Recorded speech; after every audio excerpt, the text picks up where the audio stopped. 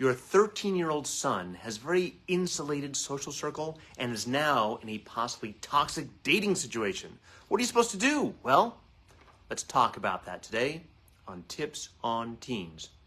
My name is Kent Toussaint. I'm a licensed marriage and family therapist, and I specialize in helping kids, teens, and families to live happier lives. I lead two organizations, Teen Therapy Center and the nonprofit 501c3 organization, Child and Teen Counseling, both here in Woodland Hills, California. And every Wednesday at noon, I jump onto Facebook Live to answer your parenting questions.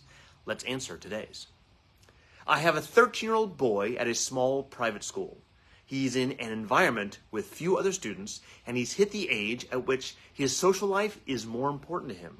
Recently, a girl turned her attention to my son. He suddenly started disappearing into his room to text and call her, and then began lying about it. We discovered that she was being very sexually aggressive with him. He is now lying on a daily basis about virtually everything, but specifically about the fact that he's in a relationship with her. We are discussing moving him to a public school for 8th grade so that he can have a much wider pool of friends. We are deeply concerned about his physical and emotional safety with respect to this relationship, and we are very troubled by his lack of access to other boys with whom to be friends. Any help would be appreciated. Well, thank you for your question. I understand why you're frustrated and upset. There's a lot of layers to this, so let's start one at a time. Number one, this has the danger of becoming like a Romeo and Juliet thing. Not to have the ending of Romeo and Juliet, that's a bit extreme, obviously. But Romeo and Juliet were about 13 years old in the story.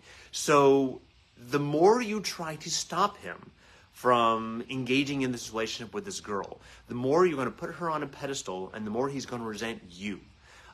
Here's the good news. 13-year-old dating relationships often don't last very long.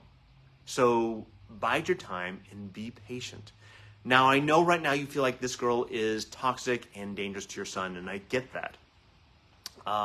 There's a lot of things about this I think needs to be discussed. Number one, what are the boundaries that he is allowed to have this relationship? Because again, the more you stop it, the more you're going to push him towards this relationship. The more he's going to need to hold on to it just to prove that he's right and you're wrong.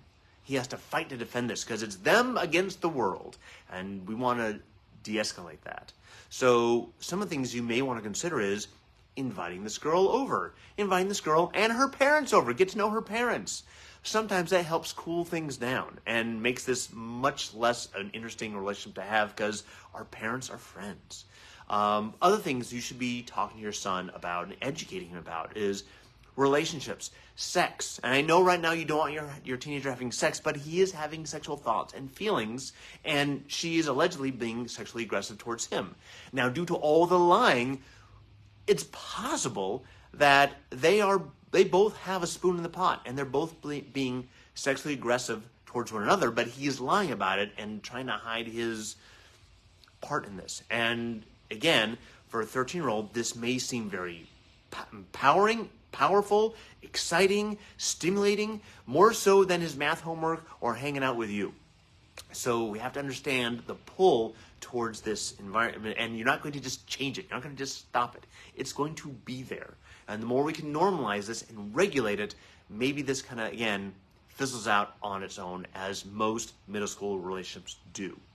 What else? So again, talking to your son, making sure that you guys are having conversations about sex, safe sex, consent, relationships, respect, all these different aspects. This is a very wide-ranging conversation that we can't all cover in one little 5-minute video. There are courses on this. There are classes on this. There's books and books and books on this. But the more you guys are talking about this, the more, and you guys have a relationship and a connection, the more likely he's going to take your values in consideration and hopefully make healthier choices. Again, teenagers with sex, the more informed they are with real information, generally speaking, the better choices they make, the healthier choices they make. And also, if he does get in over his head, you want to make sure that he has you to rely on, that he feels he can trust you, that you're not going to judge him or shame him or punish him. Now, whether transferring him to another school is the right choice, that's really up to you. There's other ways, if you love this little private school, there's other aspects of life that he can get social interaction. There's sporting events, there's other events, there's scouts, there's Model UN. There's all kinds of things you can get, Lego robotics. There's all kinds of things you can get your son involved where he can interact with other boys. But again, if you feel another school is appropriate, then by all means do that. It's just not going to make his relationship with this girl any less. You're not going to stop that. I think we have to provide an environment where he lets this run out, and then when it runs out, he doesn't feel shamed and judged by you that you knew it was a bad idea, and don't go there. As much as you feel it, be there with open arms and love and compassion, and let him learn from this experience. If you feel he's in danger, then I don't know what that danger is, but maybe if you feel someone's threatening him, getting the police involved may be a good idea. Whether you want to get the school involved, that's kind of up to you. Sometimes that's a really good idea to do. Sometimes it's not so good, depending on what that school administration is. And if you're really having a hard time communicating and the relation between the two of you is really strained, possibly consulting with a therapist who understands kids and teens and can help be that translator and speak both teenager and speak parent and speak both languages, help bridge the gap between the two of you guys. Anyways, that's our question for today. Thank you very much for your question. If you'd like me to answer your question, email us at tipsonteens@teentherapycenter.com or direct message us right here on Facebook. We love your questions. My name is Kent Toussaint with Teen Therapy Center and Child and Teen Counseling. And if you'd like to join our Facebook group, please join us. It's called Tips on Teens. Thanks again, guys, and I'll see you next Wednesday.